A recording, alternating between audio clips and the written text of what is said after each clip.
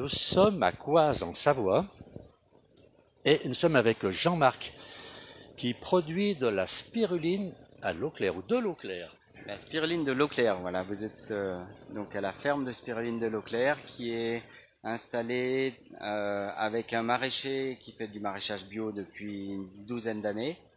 Donc on est au cœur de ce lieu avec une serre dédiée à la spiruline. Une spiruline savoyarde produite.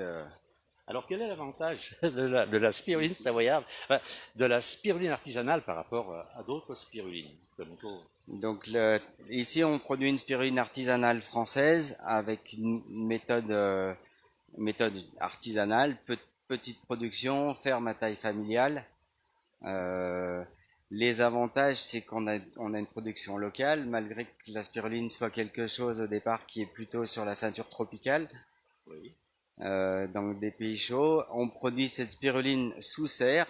L'avantage d'être sous serre, c'est qu'on est protégé de la pollution, en partie, bien sûr, ça ne va pas. Mais donc c'est intéressant d'être protégé.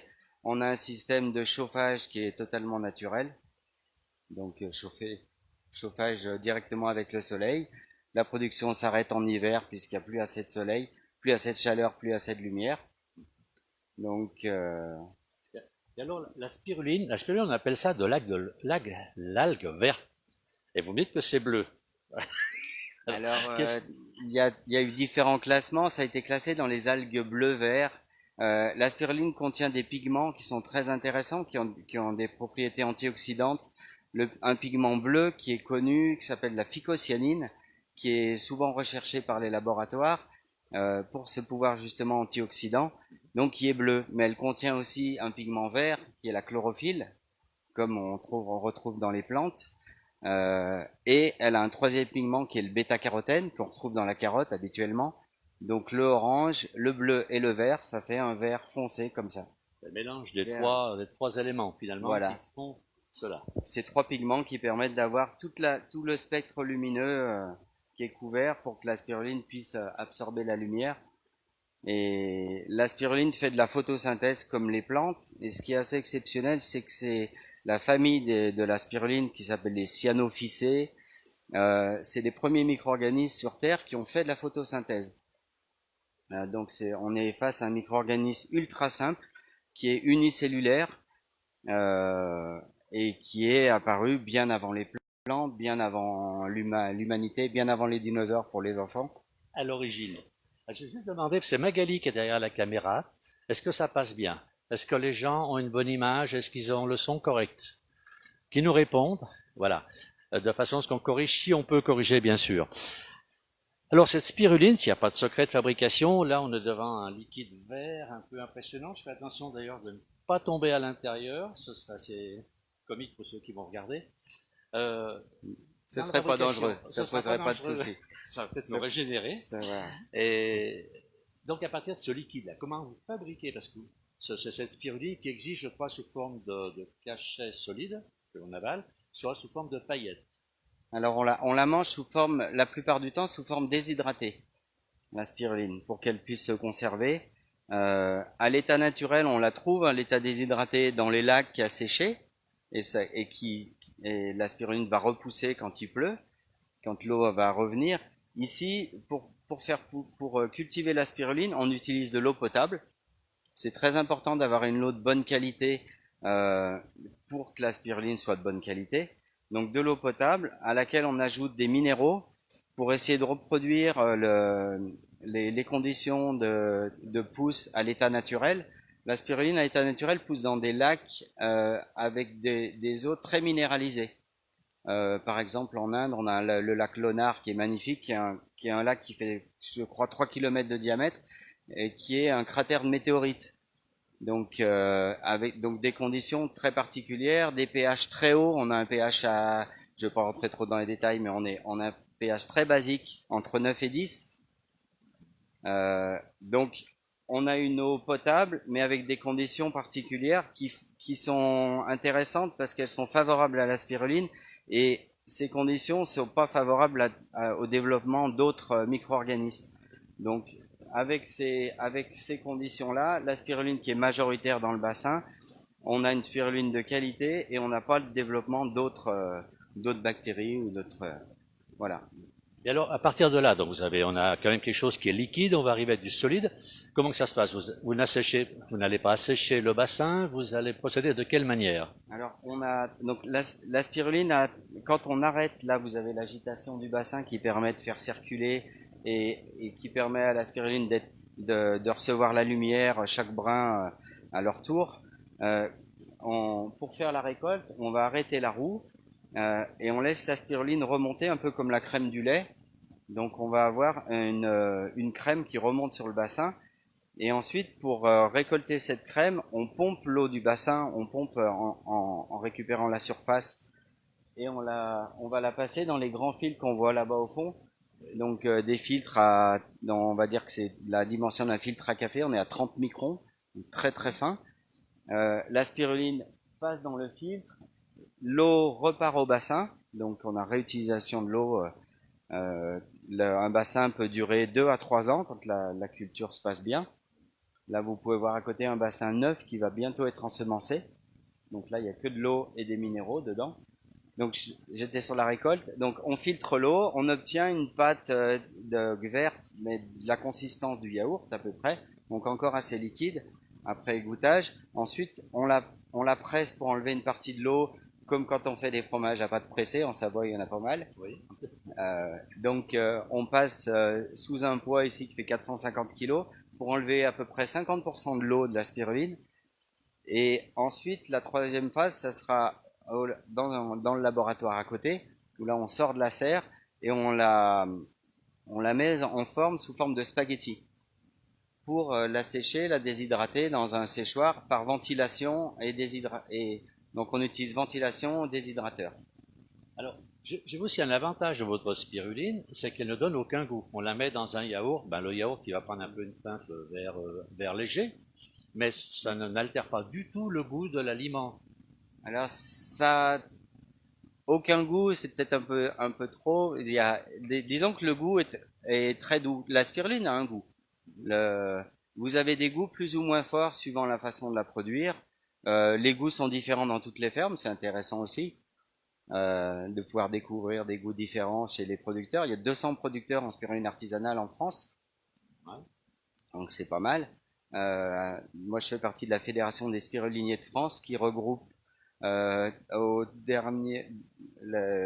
mémoire, on était 160 producteurs rassemblés au sein de cette fédération en spiruline artisanale à chaque fois dans des fermes à taille humaine comme ceci. Voilà, j'ai perdu le fil de la question. Alors, ensuite, on était sur... Alors, moi j'en étais un petit peu déjà à la façon de se consommer, on a vu. Je vais juste oui, poser la surtout, petite oui. question à Magali, est-ce que les gens ont une bonne image? D'accord, il n'y a pas de problème de son, Alors on continue. Alors on était sur le goût et j'ai on perdu. était sur le goût, voilà. Moi je l'ai goûté dans un yaourt, j'ai pas trouvé que ça Oui. altérait le goût.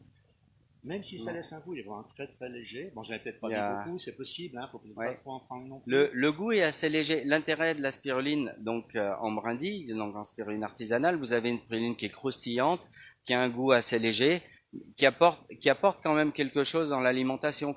Donc ça se mange en la saupoudrant sur une salade. Mes enfants aiment bien sur les pâtes, sur le riz.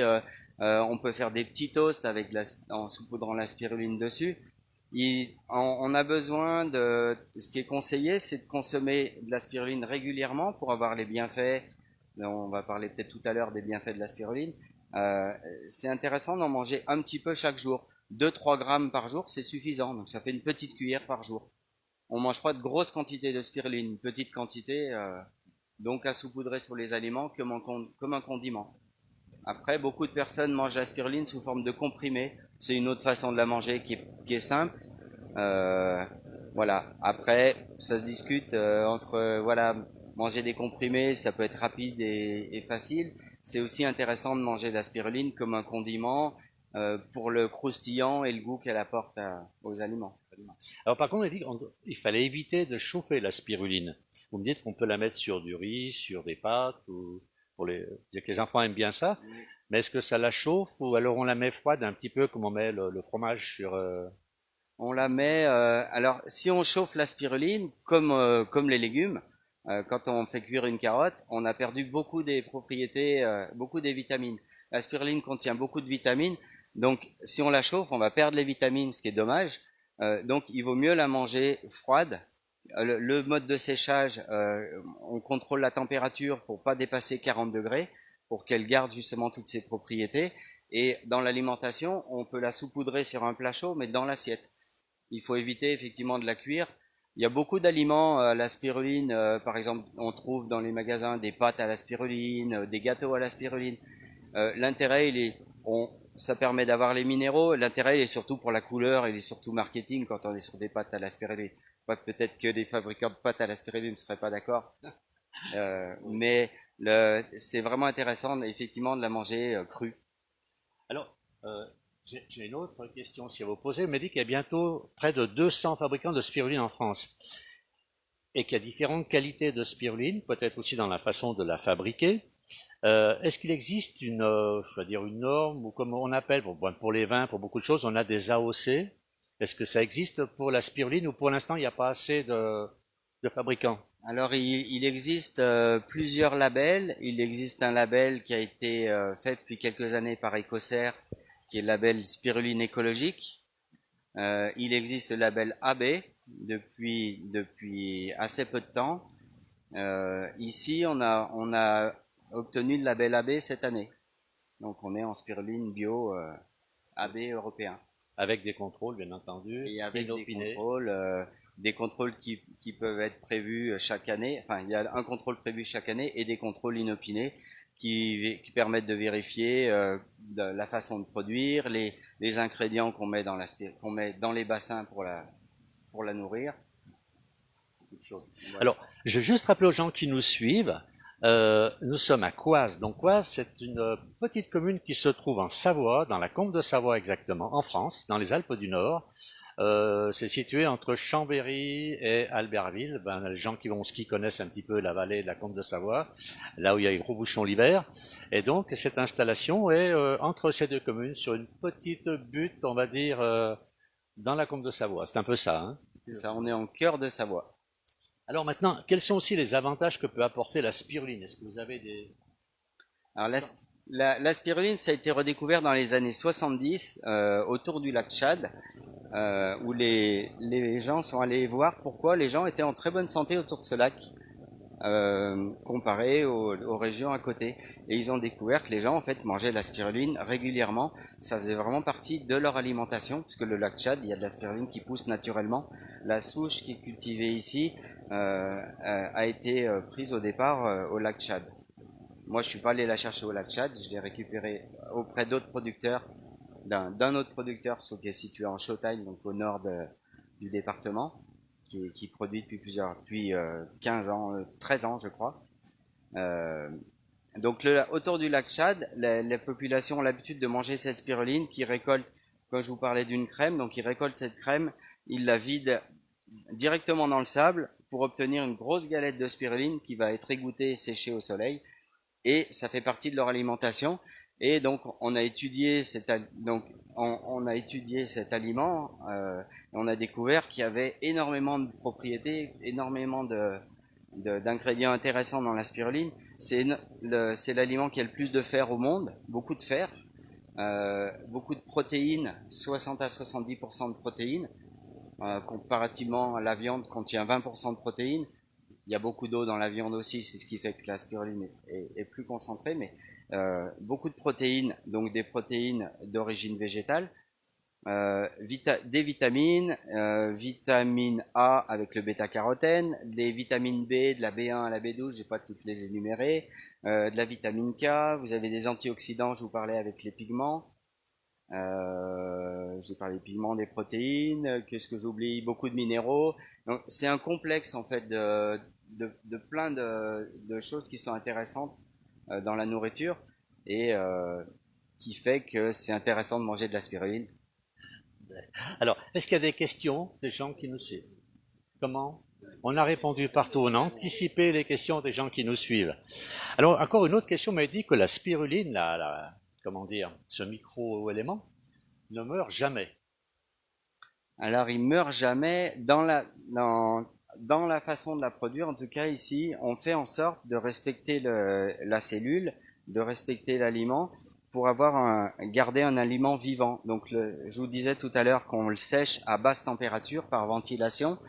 Ça permet de garder les cellules intègres. Et si on prend les paillettes donc qui sont vendues, si on les met si on les remet dans de l'eau, elles vont repousser. Comme à l'état naturel où on a des lieux désertiques où la spiruline va pousser d'un coup. Après, il peut ne pas pleuvoir pendant plusieurs années. La spiruline va se déshydrater, rester au fond du lac. Et quand la pluie revient, et hop, ça repart. C'est formidable. C'est formidable. C'est formidable.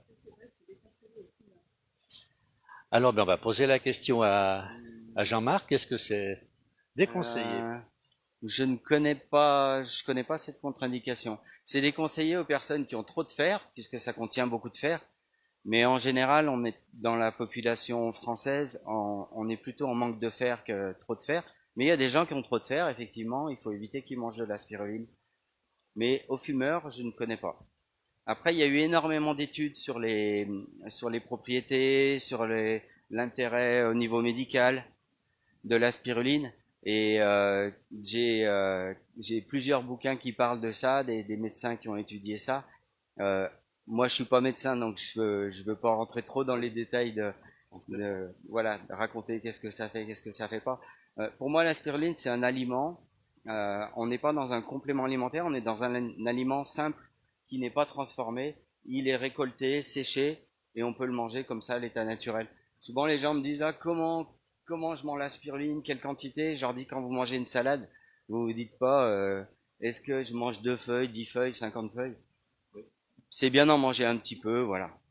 Voilà. Il faut peut-être pas en manger 100 grammes tous les jours, ça ferait ça ferait certainement trop, mais une petite quantité. Ça peut Après, pour des personnes qui ont des maladies particulières, il faut voir avec leur médecin, effectivement. Là, j'ai pas de compétences là-dessus. Voilà, ben, Même les médecins. si j'ai beaucoup lu dessus, mais Les médecins sont là pour répondre à toutes ces questions. Il y avait une autre.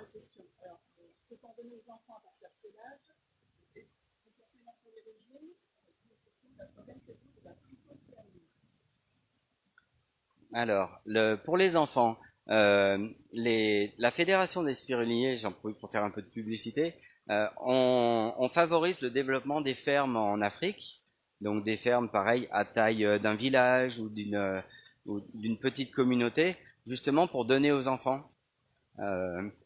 Et donc il y a pas mal d'exemples d'enfants malnutris à qui on donne de la spiruline avec donc on va renourrir plus correctement en utilisant pas que de la spiruline, du poisson, des poissons gras et voilà du manioc, des choses comme ça. Et on a vu vraiment que la spiruline était très intéressante pour la renutrition des enfants. Donc on peut en donner aux enfants, on peut en donner aux bébés. Les enfants en général, ils aiment la spiruline. Les petits, un adulte, quand on lui dit est-ce que vous voulez manger une microalgue, il va dire oh les algues.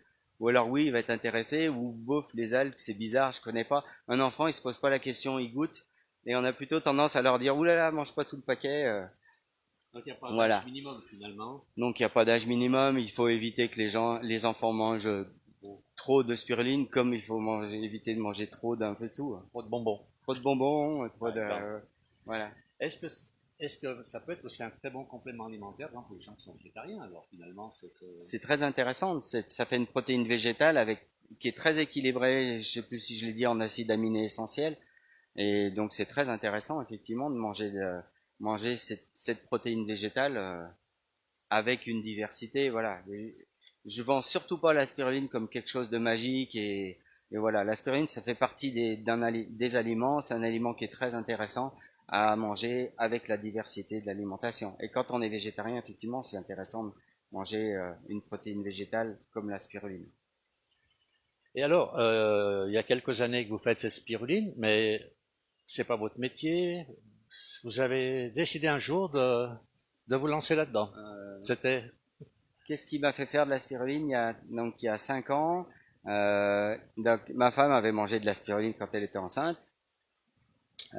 Spiruline avec un goût très fort et qui avait été difficile à manger. Euh, et je suis allé voir des producteurs ici. Je parlais du producteur qui est en Chautagne. Euh, donc je suis allé le voir. J'ai goûté sa spiruline que j'ai trouvée excellente. Et on a discuté du mode de production, de l'intérêt nutritionnel. Et ben j'ai eu envie de j'ai eu envie de me lancer, voilà. Donc j'ai arrêté mon activité. J'étais automaticien. J'ai arrêté cette activité et puis j'ai créé les bassins. Et je me suis formé d'abord pendant une année, donc en allant chez différents producteurs avec la fédération des spiruliniers toujours euh, sur la nutrition, sur la manière de produire, sur la manière de la surveiller, sur je ne sais plus quoi, sur beaucoup de choses, tout ce qui était nécessaire pour produire la spiruline, sur la commercialisation. Et puis je me suis lancé, donc c'est la quatrième année là, quatrième saison de production. Alors justement, vous parlez de commercialisation. Comment peut-on, où est-ce qu'on va trouver votre spiruline? Alors moi je commercialise en partie en direct en faisant des marchés, ou à la ferme ou à la maison aussi. Euh, et puis dans les magasins, donc magasins bio, magasins locaux, magasins de producteurs. Voilà, on en trouve. Par Internet, non? Et par Internet, Par Internet, effectivement, bien sûr. et sur le site Internet. Et vous avez une page Facebook, on va bien entendu la noter sur la petite interview, de façon que les gens puissent vous contacter. Et ensuite, ils peuvent suivre le cheminement pour retrouver vos produits. Voilà, on a une page, Alors, donc un site Internet, page Facebook, page Instagram, pour que les gens puissent faut se faire réagir. connaître. Et, Alors, La spiruline a quelle odeur et une odeur forte aussi ça passe. alors, est-ce que une odeur forte? quelle odeur! On dit que la spiruline a le goût umamise. Donc c'est un exhausteur de goût qui a tendance à faire ressortir le goût de la nourriture. Ça a un goût, souvent on me dit que c'est un goût d'algue. Certaines personnes disent c'est un goût très fort, d'autres disent c'est un goût pas fort du tout. Il faut goûter la spiruline. Sachant que la spiruline artisanale a quand même un goût beaucoup moins prononcé que Le, le goût doit être assez doux. Si vous avez une spiruline qui a un goût très fort, si ça sent mauvais, c'est qu'il y a un souci. Il y a un souci de séchage, il y a un souci de conservation. La conservation, comme c'est un aliment déshydraté, il faut le conserver à l'abri de l'humidité, à l'abri de la lumière pour garder le pigment, en particulier la chlorophylle, qui est fragile à la lumière. Donc, quand si on laisse l'aspirine à la lumière, elle a tendance à devenir bleue parce que la chlorophylle va se détruire et il va rester la couleur phycocyanine. Ça me fait penser à une question que vous m'avez posée tout à l'heure à laquelle j'ai pas répondu. Moi, je ne fabrique pas de sirop de phycocyanine. La phycocyanine, c'est un des éléments de la spiruline. Et moi, je trouve, j'ai fait le choix de garder la spiruline complète et de la consommer entièrement, quoi, avec toutes ses propriétés. Effectivement, il y a des gens qui vendent des sirops bleus qu'ils appellent souvent malheureusement spiruline. Ce serait bien qu'ils appellent ça phycocyanine ou extrait de spiruline. Et donc les gens ils disent ah je connais la spiruline, c'est du sirop bleu. Non, le sirop bleu c'est un extrait de la spiruline. Mais moi j'aime bien manger la spiruline complète avec tout ce qu'elle a dedans et la phycocyanine et puis tout le reste. Et alors, le métier s'appelle comment? Vous m'avez dit quelque chose spiruline. On s'appelle les spiruliniers. Spirulinier. Spiruliniers D'accord, spirulinier. anglophone ou spiruliniers francophone. Mais écoutez, Jean-Marc, je vous remercie beaucoup. Merci à vous. Merci bien. Merci Je remercie aussi notre charmante caméraman, Magali. Et puis, voilà. Alors ça, on va reposer la question tout de suite. Date de péremption, la DDM, la date de durabilité, la spiruline, c'est 2 ans après la récolte. On trouve ça sur les emballages. Donc sur les emballages, on a la date de récolte et 2 ans supplémentaires. Voilà, c'est la date de durabilité officielle. Voilà. C'est la norme. C'est la norme, voilà, la norme. Après, il faut que ça soit conservé correctement. J'ai déjà goûté des spirulines qui avaient 10 ans et qui étaient encore bonnes, mais voilà, la norme c'est 2 ans, 2 ans de conservation. dans l'emballage dans d'origine. l'emballage d'origine. Si on peut la boire. La voir, là. Ben oui. Donc la voir. Alors je vais aller chercher un paquet de spiruline. Ben, on va sortir avec vous, on va aller prendre un paquet de spiruline. On Là va vous, voir là vous la l'emballage. voyez dans le bassin effectivement. Alors, Moi pour la surveillance de la spiruline, Bon, je la voilà. regarde au microscope. Parce que là, n'allez pas tomber dans le bac. Voilà. Alors on voit un petit peu, oui. on voit un petit peu, mais je vais C'est- vous la montrer dans les salades.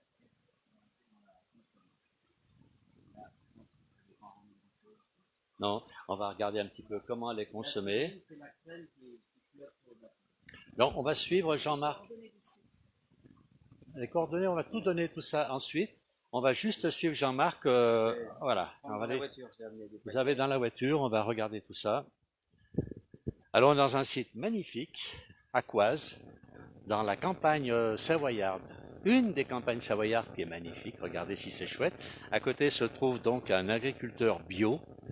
Et Jean-Marc s'est installé donc dans les bacs où il fait aussi du bio. Voilà, il nous apporte maintenant les emballages pour que l'on puisse voir comment il commercialise. trouver dans les magasins. Voilà, comment on va la trouver. Ou par Internet pour les gens qui ne sont pas. Vous avez un rayon de vente ou non? Pas obligatoirement. C'est-à-dire qu'un magasin, Sur Internet, voilà, ça peut- un magasin en Bretagne qui en veut peut lui vendre. Ou dans les Hauts-de-France, je vais les faire voir déjà devant la caméra. Donc, Ouais. on vend la spiruline sous 4 formes. Voilà, on va la faire voir devant la caméra pour que les gens puissent voir exactement. Là, c'est bon comme ça. Hein, exactement comment se situe. On peut la mettre là, voilà. Les gens voient. Donc le site il est marqué en bas. Vous avez double. Voilà, bah, vous avez le site qui est noté.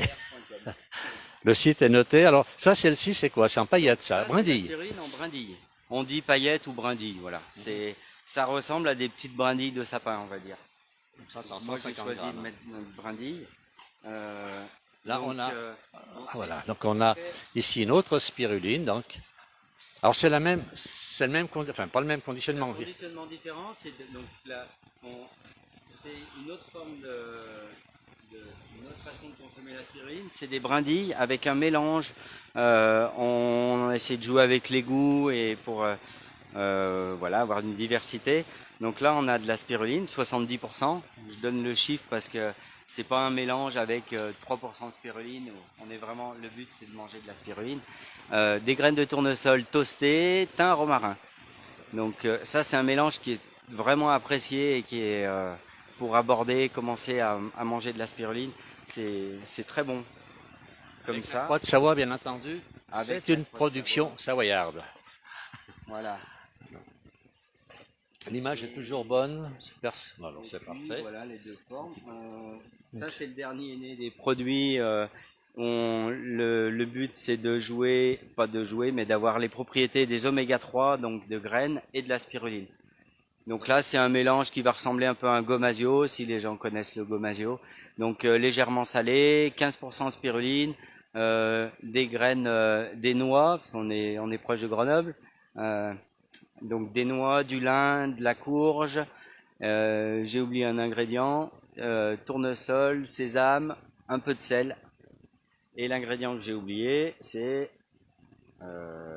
et le chanvre. Donc là, c'est des graines broyées. L'idée, c'est d'avoir un mélange pareil sur les aliments. Voilà les trois formes. Et la dernière forme que j'ai pas ici, mais les paquets ressemblent, c'est donc on vend la spiruline également sous forme de comprimé. Il y a beaucoup de demandes de spiruline en comprimé, donc on a répondu à la demande. Souvent des sportifs qui ont l'habitude de manger ça le matin, de l'avaler avec de l'eau ou avec un jus de fruits. C'est intéressant de consommer la spiruline avec de la vitamine C, avec un jus de fruits par exemple. Il n'y a pas de vitamine C dans la spiruline. Et la spiruline et vitamine C, ça permet d'absorber encore mieux le fer quand les gens ont besoin de fer. Voilà. Donc c'est des sachets qui sont réutilisables, qui permettent d'être à l'abri de la lumière et de l'humidité.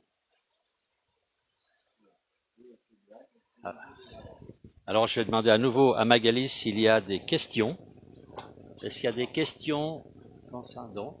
Alors, pour la deuxième fois, on va remercier Jean-Marc pour tout ça. Merci à vous. Merci d'être venu nous voir. Ben, merci de nous avoir invités, c'est très gentil. Et je remercie Magali, qui notre caméraman. Merci beaucoup.